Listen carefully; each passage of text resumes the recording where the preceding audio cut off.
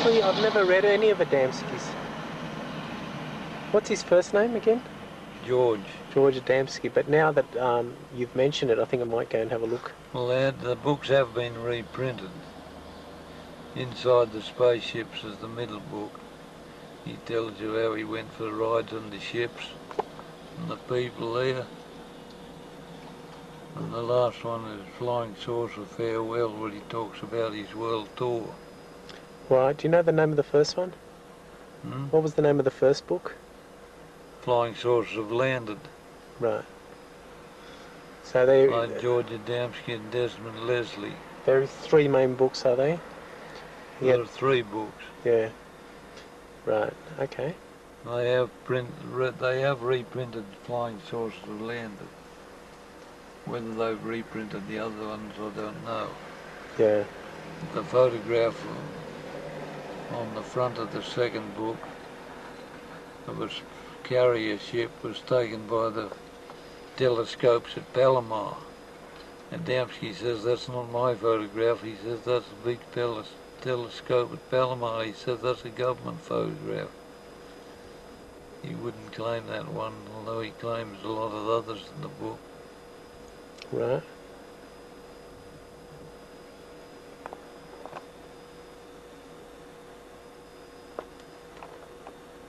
Do you have like a theory?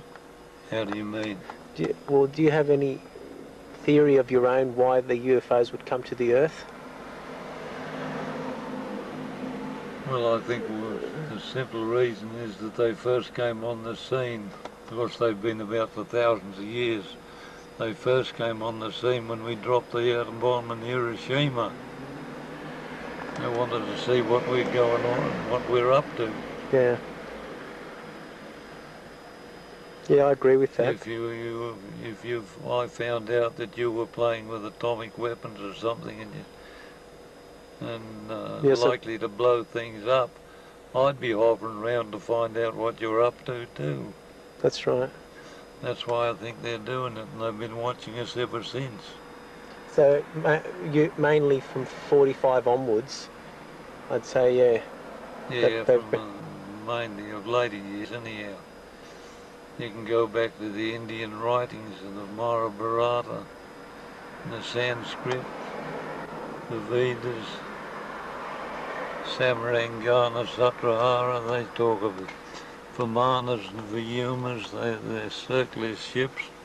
They carrier ships, they're back thousands of years ago. They write about UFOs, do they? Yeah, of course.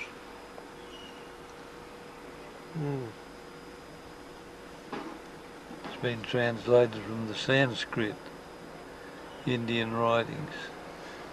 Okay. UFO's only a modern title they've been given. Or flying saucers. Kenneth Arnold started the flying saucers, or the newspapers did after he landed, and reported the 9 objects he saw in the Cascade Mountains.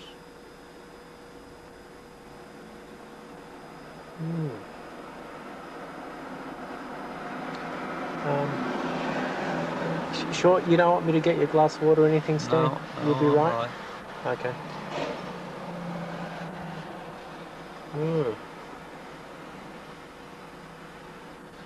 So they've been watching us ever since. Go to your Bible, it'll tell you a bit about it. Which section would you reckon? What did Elijah see? Elijah went away in a fiery chariot. That's right, yeah. What sort of a chariot? You wouldn't have a chariot pulled with horses. It's a fiery chariot. So it had like fire coming out the back, a bit like a spaceship or a rocket or something? Yeah, a rocket of some sort. Yeah. Anyway, how did they make the pyramids? I don't know. Can you tell me what your theory is? What reason did they make them? I don't know. Do you have a theory on that? No, damned if I know. They must have handled those rocks a lot easier than we could today. Well, I was reading somewhere that the aliens could have special machines which can neutralize gravity, and the rocks were levitated. This is where I was reading in a book somewhere. Well, they'd have to be. It's pretty heavy damn things to move. Dembski's book, Desmond Leslie, talks about that theory there. He reckoned they lifted them by sound, broke gravity by sound, because sound's a frequency. That's right, that's where I was reading somewhere, yeah. And it created, it neutralised the gravity and the rocks But would then why do it? Why go to so much trouble making great pyramids of rocks? Well, weren't they like, so they can be seen from outer space or something? Do you think, or what would you have a theory on? Do you have a theory about the pyramids? Why they were built? I think that's so they could be seen from outer space. They might be able to be seen from outer space too. Same with these crop circles in England. But what do you think about the crop circles? Well, I think some are fakes, but I think some are not. Yeah. Yeah, because you always get people that copycat stuff. They see stuff on the TV, and then they'll make a few bob out of it if they can. Yeah, that's right.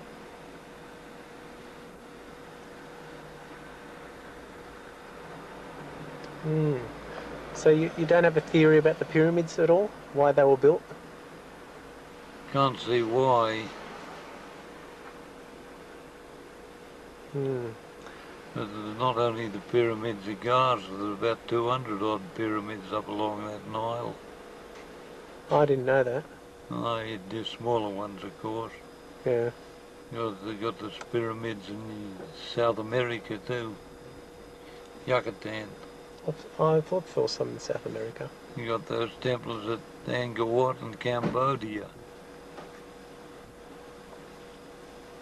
They got the Black Pagoda in India, 225 feet high, building on silo type shape building, rock on top of it weighs 25 feet thick. I reckon it weighs at least 2,000 tons. Wow. Let alone make the thing. How would you get it up there? Wow. What's it? How high up is it? What's it on? Black Pagoda of India. What's it on? It's a temple. Right, and it's right up the top, is it? It's right on the top of the silo. It's a silo-shaped building. It's got a lot of carvings and things around it. I got a picture of it at home. Right. What about the crop circles? Do you have a theory about those? Why they're made? I think they're made to indicate things from space. Indicate. Okay. Make sure. Hi, you back? We're still shopping. Are you? Okay. No worries. On the side. I've been asking Stan if he wanted a glass of water or anything, because it's very hot. He doesn't want anything. Oh, righto. Berners is in town too. Is there? Berners is in town today too. Oh, again, is she? Yeah. Oh, because I had a chat to her yesterday. Where's okay. Berners? I haven't seen her. I've seen her husband. All right. Her husband said he had to wait 2 hours for her yesterday. He's not going to let her go near you again. Oh, okay. Yeah, you've got some water here. You sure you don't want any of this? It's right, it's right. Don't worry about the water. Okay. In Lebanon, they don't know who made it. I got photographs of the rocks there. It's a temple building and two rocks and the veranda of it. There's one in the quarry cut, ready to come up to the veranda section. One's up in the veranda section now. Uphill from the quarry. The rocks are 70 feet long, 25 feet thick by 30 foot wide. Made out of solid granite. One's in position on the veranda section of it, the other one's down at the quarry ready to come up a quarter of a mile away, I think.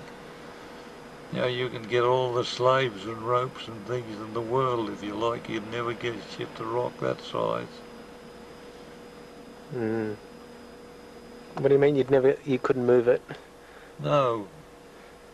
I reckon it weighs at least 1,500 tons. Wow. Now you're going to get ropes around it anyhow. Pretty couldn't do it. Even with modern cranes and everything, No, of it would course be they couldn't do difficult. it. And in those days, they didn't have all the modern cranes and what we got now, you know. I think the space fellas came down here to teach us how to live and live the right way. We got disagreeable with them. We were going to do things our way, sort of thing. They'd say, right, so they gathered up their tools and flew off and left us to it. Look at the mess we've made of it so far. Yeah. Well, and it's about to become a much bigger mess. If a war starts in Iraq. The days will be shortened and no flesh will be spared. There'll be an intervention or something. And the intervention, the only way I can see it, will be spaceships. Yeah, to save people from, Space I guess, people. from the Earth. Two people working in a field. One shall be taken, one shall be left. Really? They'll come and pick the ones up they want. It's in the Bible too. Two people sleeping in a bed, one shall be taken, one shall be left.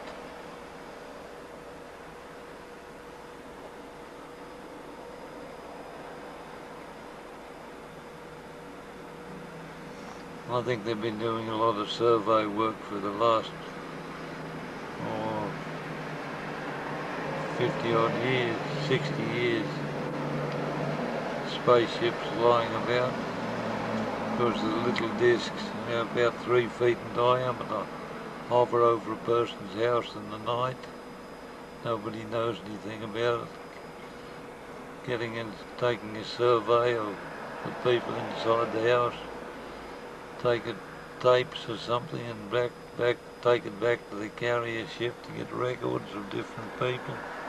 And that could be like an unmanned ship, couldn't it? Yeah, it's not manned. Because they're only small, those ones. Yeah, one crash landed down at down near Bendemeer, this side, the other up from Tamworth. Some years ago, a fella found it when he was riding about with a horse. It just turned into a jelly and it sublimed into the ground within minutes. Something went wrong with it, I suppose, and it disintegrated. Mm. Well, they've got the upper hand if they want to. Yeah. I'd say they have. And I think, like you said, when it comes to the crunch, they might have to intervene at some point. Because mankind seems to be on a path. I don't think they care what happens to us. No. As long as we don't blow things up here and make everything radioactive and make the particles fall on their planet. Mm. True, because with radiation, it can go out into space. It spreads out in every direction. Of course it can. Mm. Mm. What about Ezekiel with his wheels within wheels? Oh yeah. The River Chiba. He had a connection with space sheep people too, I suppose. That's in the Bible, isn't it? It's in the Bible. Ezekiel, yeah. Book of Ezekiel. Right.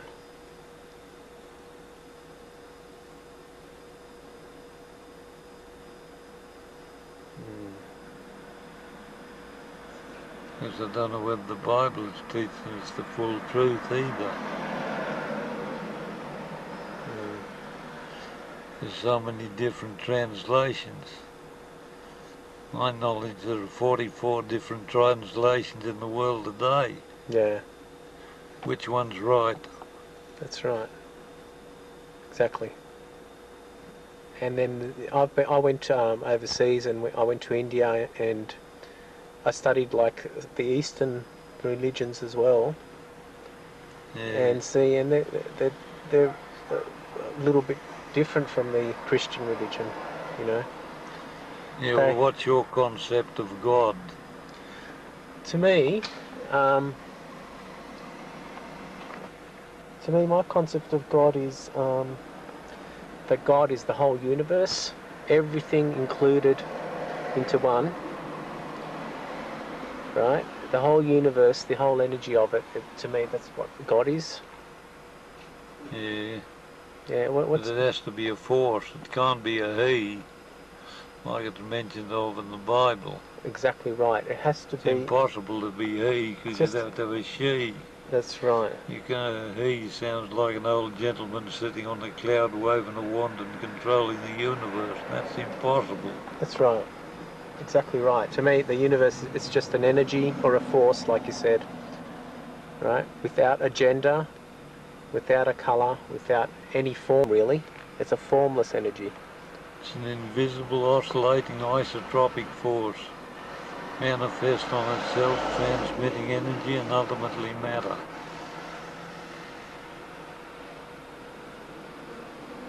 That's my interpretation of it. It's a very good interpretation.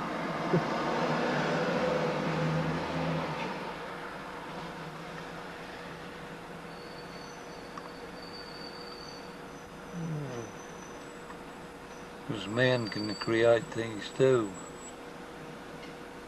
Can create forces. He knows how to handle them. You ever seen the Indian rope trick done? No, I haven't. Do you know how that I works? saw it done once. Can you tell me how that works? Mass hypnotism. Well, I put it down too. Right. I saw it at the Tamworth show one year, years ago. A tent with an old Indian sitting cross-legged on the ground. There were about 100 odd people there watching. I was in the front row. The old Indian got up off the ground, walked across to the audience. Yeah, the girl, she got on a couch. She was about as far as I was about a metre away from her. She dragged this rope across the ground in the tent, and it turned into a shiny looking rope. He put the rope under the girl's back, lifted the girl up off the couch. The rope fell down, the girl was in mid-air.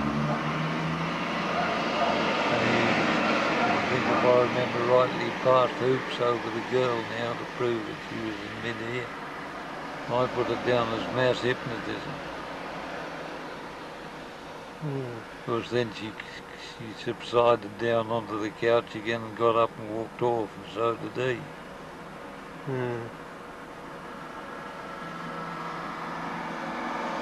I don't know whether he could have done it by levitation or not. Levitation's a bit harder to do. I think mass hypnotism's easier. Is it?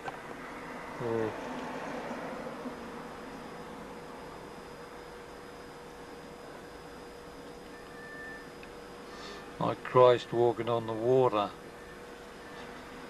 Well, I think Christ went away to study in India, because we got a blank spot in the Bible. You only know of him when he was a child, and then when he came back to the crucifixion. That's right. So from the ages of 12 to 30, that whole part of his life's missing. Yeah. Now where was he? He went to somewhere to study. Yeah. I had a book once, The Unknown Life of Christ. Right. Forgotten who it was by now. It told her where he went and he preached in the streets of Lahore and Madras in India. Well, there's nothing to stop him going to India to study. That's right. Then he went away in a cloud. What was the cloud he went in? After the crucifixion. But if there was a crucifixion, I'm doubtful if he'd be silly enough to get caught up in that. I'm doubtful if he was crucified myself. I think there was a crucifixion, but it might have been somebody else, not him.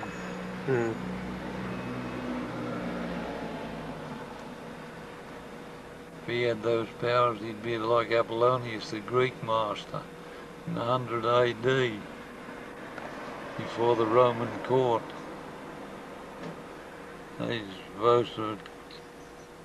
The Romans supposed to have laid charges against him, and The magistrate there unrolled a scroll of all the charges when he unrolled it was a blank sheet of paper. As Apollonius projected that he wouldn't see anything. He said, "You'll no more have my life. You'll have my body, and then you'll have my spirit." And he disappeared in a flash of light.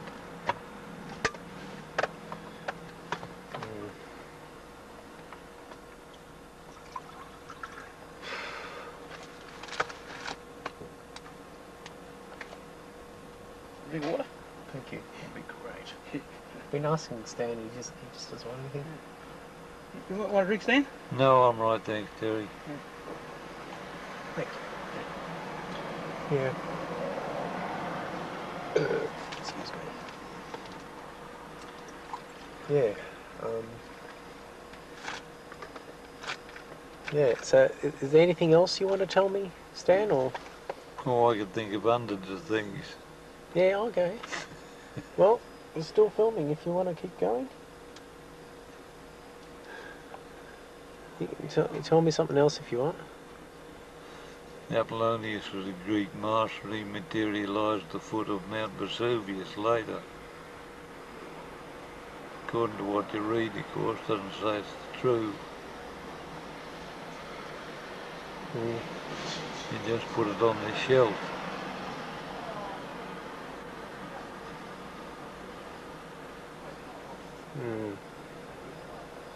Christ's supposed to come back with 10,000 angels, from what I've read.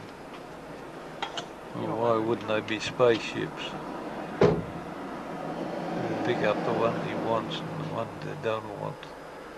Leave them here.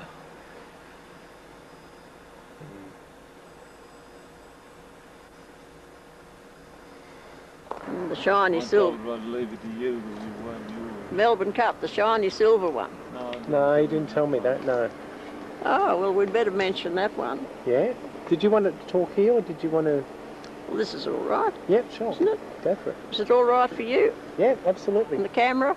Absolutely. The camera's working fine. Oh, it's working fine. Yeah. Yeah. All right, well, you haven't told him Melbourne Cup Day. No. No, he didn't. He left some for you to tell as well. Oh, I see.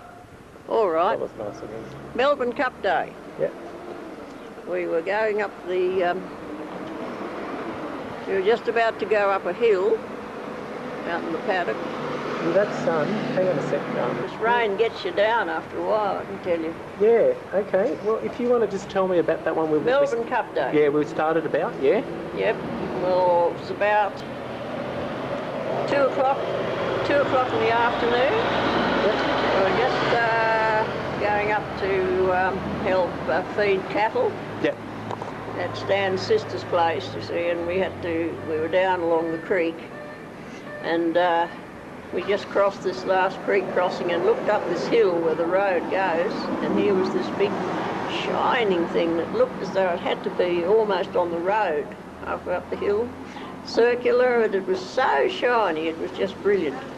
It was like a hubcap, the hubcap shine of a car, that shininess. And the sun shining on it, of course, Yep. made it look brighter still. Yep.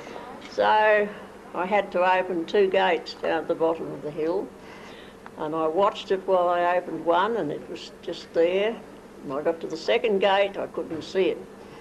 I don't know whether the hill blocked me a bit or whether a tree, there was a big tree there, might have blocked me from seeing it if it had still been there. So we kept going, and we thought, oh, if only we can get up the hill towards it. We had to get up to another gate halfway up the hill. If only we can get there, we'd have seen it properly. And there wasn't a thing in sight. So we missed it. It couldn't have gone straight up. We would have seen it. We would have seen it. So it must have stayed low, and it must have gone off round the hill, I reckon. Okay. But thinking of the size of it, and thinking of where it was, I reckon it would have had to quite big enough to carry passengers. It would have been about the size of like a circular car, like the like all these circular ones that do carry the passengers. Right. It had to be. And at that time of the day, and there's no other explanation, you could not see, it was so brilliant that you couldn't see any type of windows or anything like that in it. And Okay. so that was about it for Melbourne Cup Day. But then, a few days after that, I had local radio going Right. from Tamworth, 2NU Tamworth, Yep. and a truckie fella rang up the program, and he said about a week ago, he said, I was going up the Newell Highway near Gurley, or between Gurley and Ballatta, that's across from us, and he said at 8 o'clock at night, and he said a green and red object about the height of a telegraph pole just went zip across the road. Wow. And he said it really rattled me. He said I'd heard of things, unidentified things, but he said I was rattled, and he said I checked then the next day. He said I checked with the Air Force. He said they couldn't help me, so he said I checked with the Sydney UFO group. See, I don't know which group, and no, it must have been the group that came up here, I think. Yeah, they're based in Sydney. Yeah, they're based, yeah. There's another one based in Campbelltown, and there's Yeah, another two one or up three. in Katoomba in the That's mountains. right. And there's also another one in Western Sydney, out I think towards Penrith. I think so. Well, There's the lot about that 4 of came them. up here were the ones because, oh dear, I've forgotten the name of the fellow. It wasn't Brian Dixon, but anyway, so 2NU had organised for the Sydney investigator to be on the line. So then after the truckie was talking, they put this Sydney fella came on, and he mentioned Barraba. He said, we've been to Barraba a couple of times. He said, there's been UFOs about Barraba. And so the girl running the program from Tamworth said, is there anyone around Barraba who'd like to phone in about seeing a red and green object at night? So, of course, I was waiting. I was wondering if Bernice was listening or if she might phone in. She didn't, and a Margaret from Barraba phoned in. Bernice said, I know who that is. She lives out towards Caputar, Margaret Harris. She said, that's who that was. And she had seen a red and green object at night, the way he described it. And then another Anne from Barraba phoned in, and I was talking to Bernice later. I said, who's Anne from Barraba? Oh, well, she said, she's the butcher's wife. And she said that this had happened about 20-odd years ago between Barraba and Manila one night when they were driving along the road. Right. The red and green light object, you see, flew across. Yep. So, so that was that episode. I thought it was interesting that it happened about the same time as we saw this silver object in the daytime, that this happened. And then also the same time, we got up to Stan's sister's place and telling her about this, you see, just on the hill below the old sawmill and so on. Oh, she said, that's a funny thing, she said, because this morning, she said, I saw a road, but she said it was only small. Wasn't a big looking craft. She said, I thought I'd have a look at that when I went up there about half an hour later, and there was nothing there. But talking about it, she thought it might have been one of those weather balloons that come down. But that happened to be about the same time, whatever. Then we got to her place this morning. We got to her place a while ago, and Terry said, Rita's seen something else. She's seen another UFO. I said to her, oh, well, what this time? And she said, oh, well, she said it was just round and silver, just going along about the height of the plane, of a passenger plane, and no sound. And she said, not fast. She said it was taking its time. And that was only yesterday morning, I think. Was that yesterday morning? I think she said yesterday morning. You're kidding. She didn't say what time. But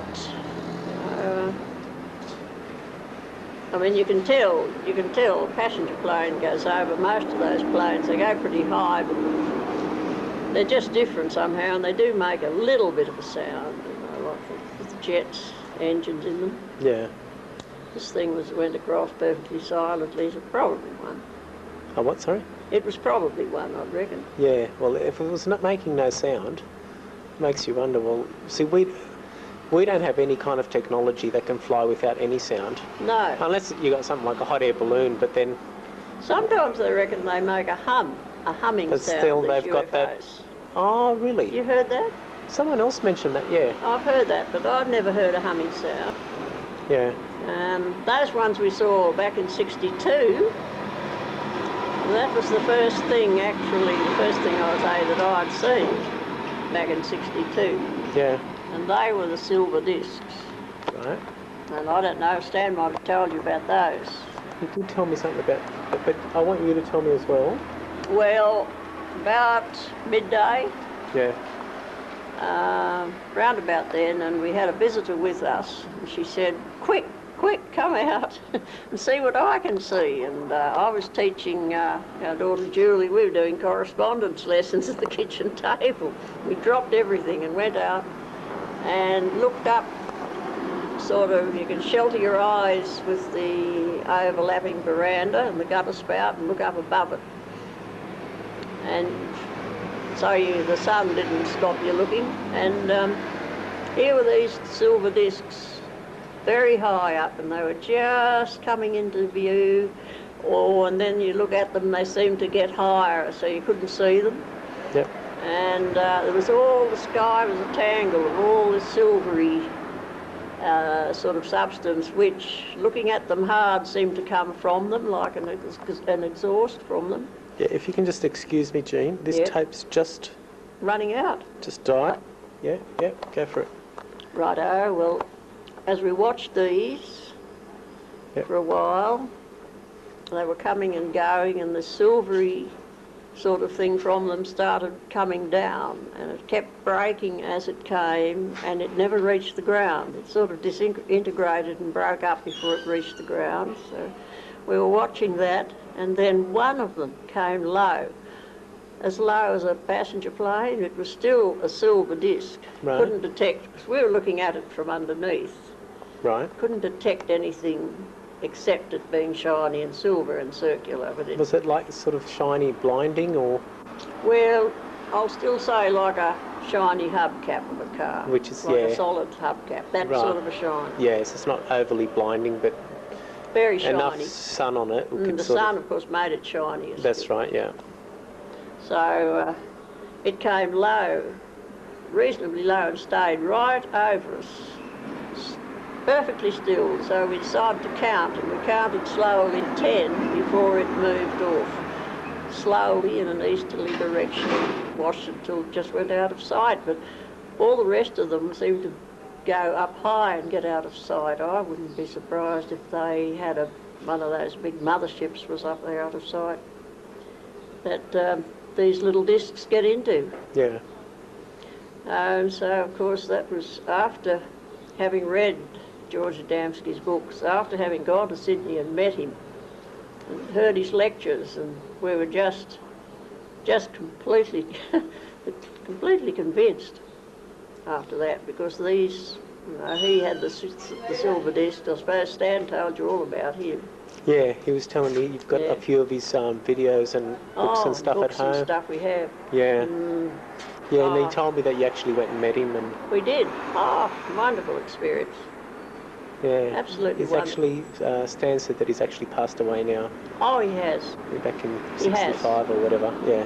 Stan tell you about that UFO thing we went to in Brisbane a few years ago? Oh. MUFON. I can't remember UFO that one. conference. No, you can tell me about that one if you like. Anyway, MUFON were organising it, I think, up there. Right. So we thought about this. We thought we'll go. It was a whole weekend conference thing, and you had to pay quite a lot. And they had guest speakers from USA and England and Mexico and Australia. Bill Chalker was speaking at it. Right. And what's his name, Summers, David Summers was a speaker at it, and for Australia. Anyway, that was the most terrible cover-up you could ever imagine. And the first day, they had these American speakers talking about hypnotism and, oh, they were just... Yeah, a lot of hogwash. Yes. And they'd come all the way from America to talk like that. Yeah. And they'd either put you to sleep, or I burst out laughing a few times at them. It was just ridiculous, the way they went on. And there was a university fella from England sitting next to me the first day. And he said, I thought I'd just come along for one day just to see what it was like. He said, now I know, he said, complete cover-up. He said, I won't come tomorrow, because we'd booked in for the whole weekend. Yeah. Did you end up going back the next day? Oh, yes, because we'd paid for it too. And you'd come all the way from Barraba to Sydney, so We had. We'd think... gone up to, we stayed with, actually, we had friends in Brisbane. We stayed Oh, sorry, Brisbane, yeah. It's Brisbane, this, yeah. That's right, yeah. Oh, but then you'd have lunch hour and morning tea breaks and things, and you could talk to these speakers.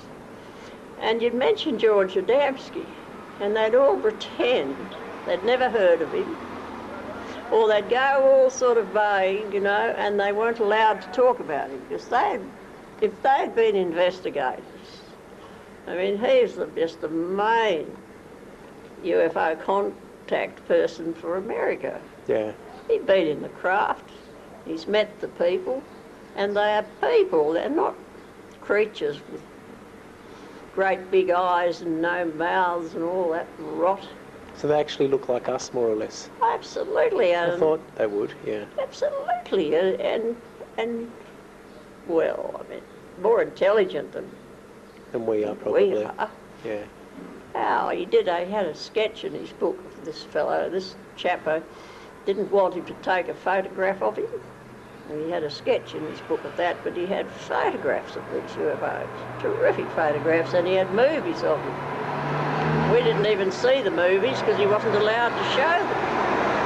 He showed them the first night and they wouldn't let him show them. But they were I believe they were terribly convincing, and we missed them. And he was furious because they wouldn't let him show them. Yeah. They tried to make some excuse or something about customs or something. Yeah. But, oh no, I don't know. What do you think about this cover-up stuff? Well, I think that all the governments of the world are covering up. I think that they might be a bit scared that the truth got out to might cause a panic with some people. You know, I don't know if some people are ready to hear it. You know? But this was way back in 1952. Yeah, well, I think back then, I don't know if many people... It didn't start on cover-up then, see? And there was... Oh, it wasn't covered up back then? No, it wasn't covered up then. Really? And it was in all the papers. I mean, we got an awful lot of paper cuttings from way back then. You've got a whole scrapbook of big paper cuttings, and they won't put it in papers now. So when do you reckon they started covering up, maybe? I tell you when. That Betty and Barney... When was that? Rubbish started. That would have been about in the 60s, I think. What was? Can you tell me about them? Stan didn't tell you about them? He mentioned it, but then he went off the subject onto something else. So. Well, Betty and Barney were two characters over in the US. You see, I can't tell you what state, but the Sun Herald had a great big write-up, and they wanted everyone to read this. How they had to be hypnotised to remember what happened to them in this spacecraft, and how they were more or less abducted into the spacecraft and had needles stabbed in them and all this sort of stuff. And it was all out in the papers. They wanted everyone to see it.